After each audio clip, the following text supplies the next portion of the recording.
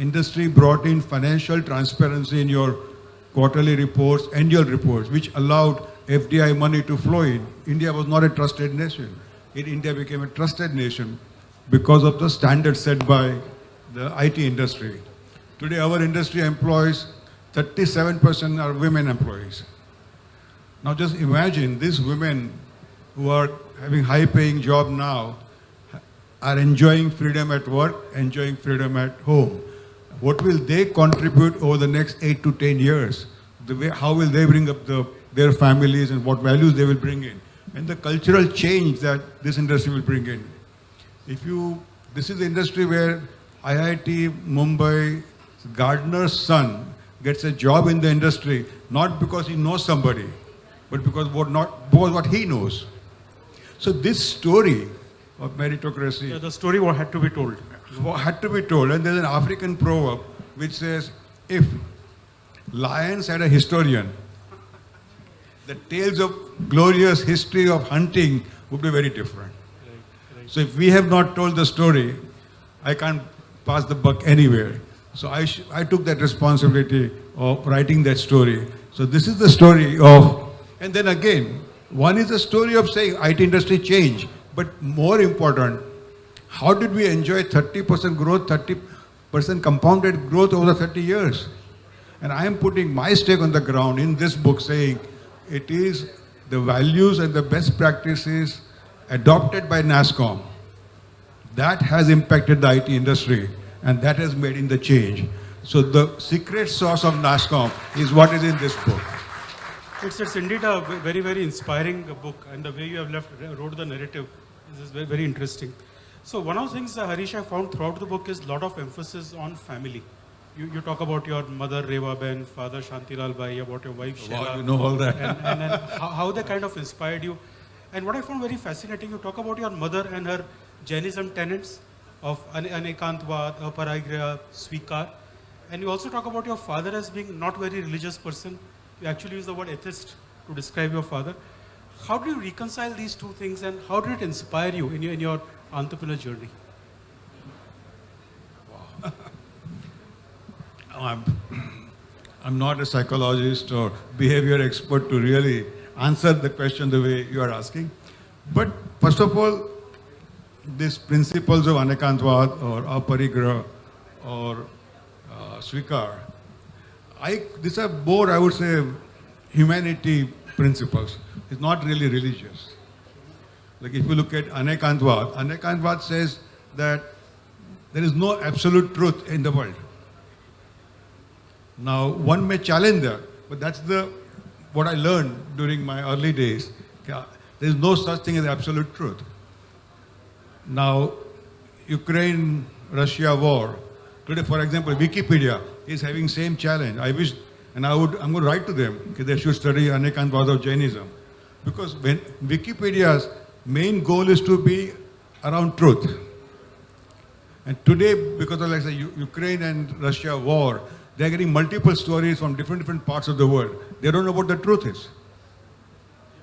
So how do you digest that multiple values, or multiple views of the truth? So that is the principle of Anekantvad.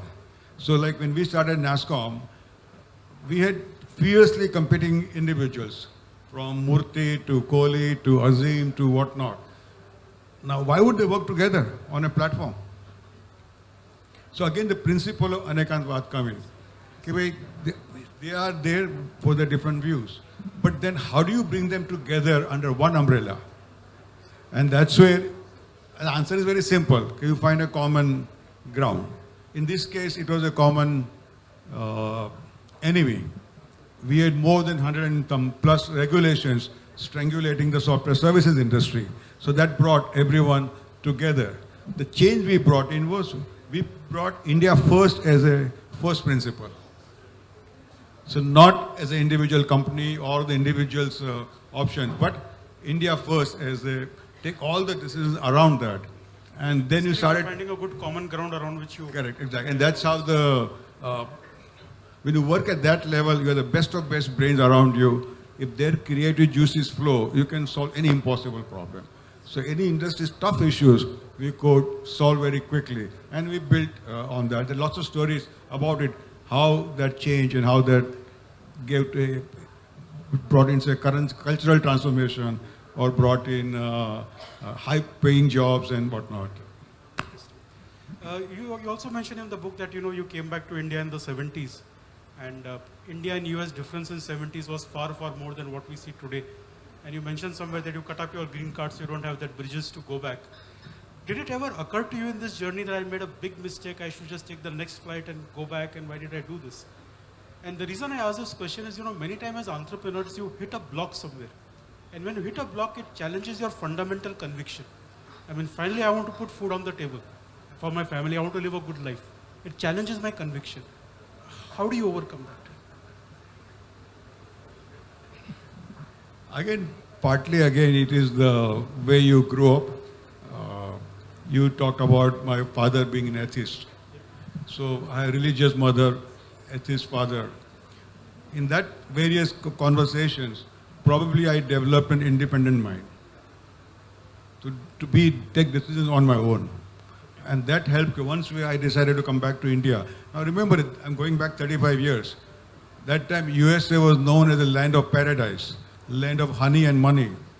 And all my friends say when you're coming back to India, you're the stupidest person we have seen. You'll be back to USA in 3 months. When we came to India, everyone said, why have you come here? What is in it for you?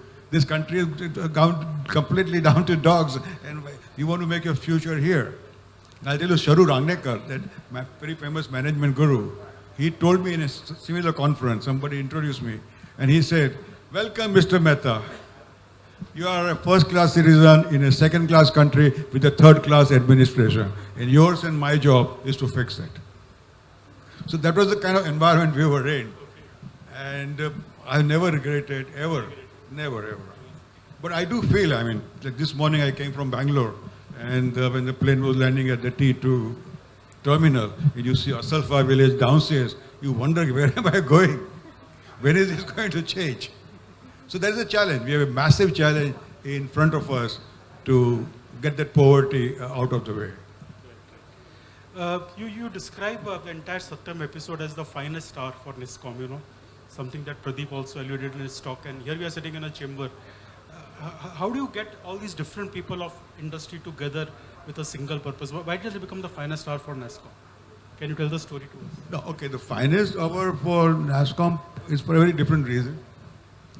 So over the years, we developed certain values. India first, be consensus driven, have a single voice in any decision. You collaborate and compete. Have a sense of ownership at a country level, as if you are a CEO of the country. So bring that culture in the organization. I'll tell you one story. I don't know how much time we have. I can keep telling you stories about it. But that culture of India first, just to give an example, the PMO took two delegations, pharma and the IT, to Russia. Again, both the industries have great export potential, so they wanted to help do that. So there were some 300-400 Russian CEOs in the audience. Now, when the IT turn came to speak, IT's president, Som Mittal, he was there. So normally the president of the association would give a presentation. But Som looked around and he saw Harish, who is the CEO at that time, was of Accenture India, and also chairman of NASCOM. He said, chairman of NASCOM is here, he should give the presentation. Harish looked around and he saw N. Chandra, which was now the Tata Sons CEO, the TCS CEO at that point. He said, largest IT company in India, he is here, so he should give a presentation. So that made sense. So they approached Chandra. Chandra, would you give a presentation? So Chandra said, of course. But there's one caveat. So what is it? In this presentation, there are 3 of your competitors' case studies. Would you talk about it? But without, just blinking, Chandra said, yes, I'm speaking on behalf of India here. So that's the value system that was inculcated, and hopefully it still will be maintained, at NASCOM. Now, with that kind of India first thought level, with the fiercely competing companies, reached a stage where once China wanted to compete with India. And not only compete with India, because they saw the kind of contribution this industry is making, and they wanted to become number one globally. So they appointed foresters then as an agency to prepare a master plan for China to become number one in technology services. The John McCarthy, who is the CEO of foresters, he said, you cannot compete with India till you create NASCOM equivalent or association in your side. He said, I have not seen anywhere in the world, IBM, Accenture, Wipro, Infosys, Genpact, all the small companies sitting together around a table and talk at an India level and try to solve the problem. You cannot beat that industry. So those are the values that were brought in. So when the Satyam thing happened, the first reaction of ours was, we don't interfere in the individual company's affairs. That is, if they do it well, fine. If they don't do it well, the collapse. That's market forces drive that. But here, when we all met, when the Raju's letter came out in public, accepting his fraud, we said, what do we do? Should we let Satyam die, or should we save Satyam? So first reaction was, why should we save Satyam? Who are we to get into it? But then we all discussed, if Satyam collapses, Satyam had customers, many international banks, telecom companies like Telstras of the world, who in turn had millions of customers, which were being processed by Satyam. So if Satyam collapses, all these customers would be on the road. And if they are on the road, the India Inc. brand would get such a bad hitting that our industry will die. It's very clear to us. Okay, if we do not protect the India Inc. brand at that point in time, chances were that it will get such a backlash around the world. And we have enough enemies around us anyway to stop, to tell or throw in spanners for our industry. And they have branded us as the cyber coolies, techno coolies, washing diapers, all that, because of low-end work that we were doing and all. So there were enough enemies around us. But then we said, we must save Satyam. So Som Mittal, who again that same time approached Mr. Gupta, who was the corporate affairs minister, and he said, you should save Satyam. So there also, Kamal Nath and others came in. They said, Bhaad mein jaye? Why should we save a private company? If the shareholders don't do their job right, if the board of directors don't do their jobs right, if the auditors don't do their job right, who are we? So then we explained to them why Satyam has to be saved. And it made sense to them. So they came back and said, give us 3 days. After 3 days, they called saying that Dr. Manmohan Singh, PM, they all decided that we will go ahead and save Satyam. But to do that, the first step is to take over Satyam. Vinit, you may or may not know all the background, but that's what happened on the other side of Satyam. So, came back and said, but it will take us 1 month.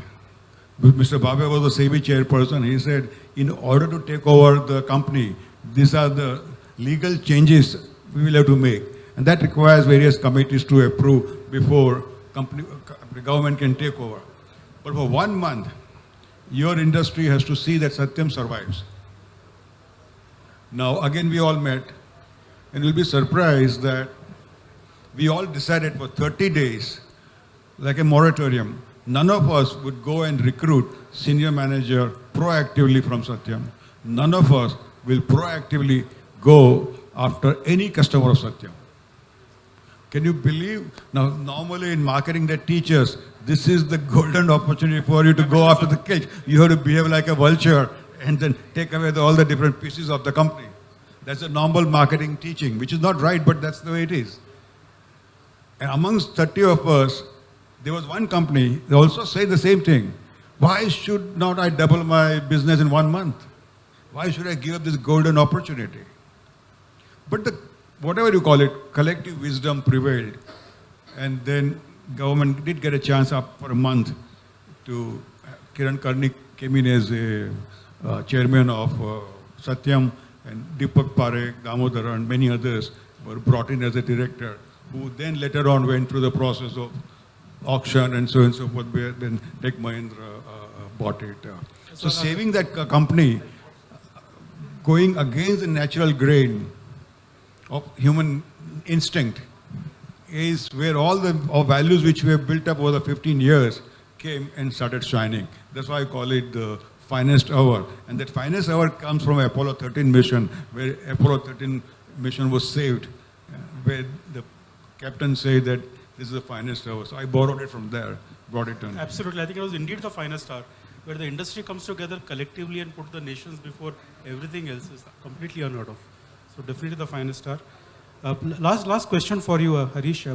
Where do you see Indian IT industry grow from here? You know, we are becoming a high cost economy. Are we going to see competition from Philippines and Indonesia taking away our industry, or is robotics or automated coding going to be like a big competition? Where do you see the challenges and opportunities for the IT industry from where we are right now? How many of you read today's Times Take-Case? Times of India, how many of you read? So if you see the Times Take-Case, is my interview is there. In that probably answers that. But I've said very clearly that this 5.3 million software engineers, they're all trained in the advanced technologies, which has given birth to 60,000 startups in India. If you, in some way you can relate to that. Now, money is available comparatively easily, not at the, what we call the patient capital for long term, but for the today's project, the various parameters that are required to succeed are there. But the most important is all the current advanced technologies are from metaverse to robotics, you talked about blockchain or AI, to all these technologies are exponential in nature. That is the power these technologies have. And then these are software-driven technologies, most of them. And that's where our natural strength is. No country in the world has that kind of strength in advanced technologies, in software, that India has. Now, if you combine permutation, combinations of these technologies, have a potential to solve world's toughest problems, from poverty to healthcare to education to whatnot. So if you unleash entrepreneurship, all these problems would be solved or can be solved. So in some sense, I say we are at now an unstoppable engine, and we continue to do extremely well. So you continue to see a lot of potential and growth in the industry, absolutely. for sure. Okay. I would say I have 30 years, I have seen from snake charmers to where we are today. So all these are too small problems to us to say. The industry has grown, the people are so good, so smart. Entrepreneurs are fearless, imaginative. There's just different world now. Amazing, great. So that was the serious part of our conversation. Now we'll come to the fun part. The fun part is called rapid fire. So I'm going to ask you 5 questions, and you have to answer whatever comes to your mind without thinking. There are no right or wrong answers, you know. This was inspired by Coffee by Karan. So. Okay, first question. Technology improves productivity at workplace. Yes or no? Yes. Okay, you're an IT man, so you have to say yes. Okay. Artificial intelligence will bring an end to human race. Myth or reality? No, myth. Myth. You prefer Zoom or face-to-face meetings? Face-to-face. Fabulous. Always, always. If you had to buy the stock of one company, which would you prefer? Google, Facebook, or Amazon? NASCOM.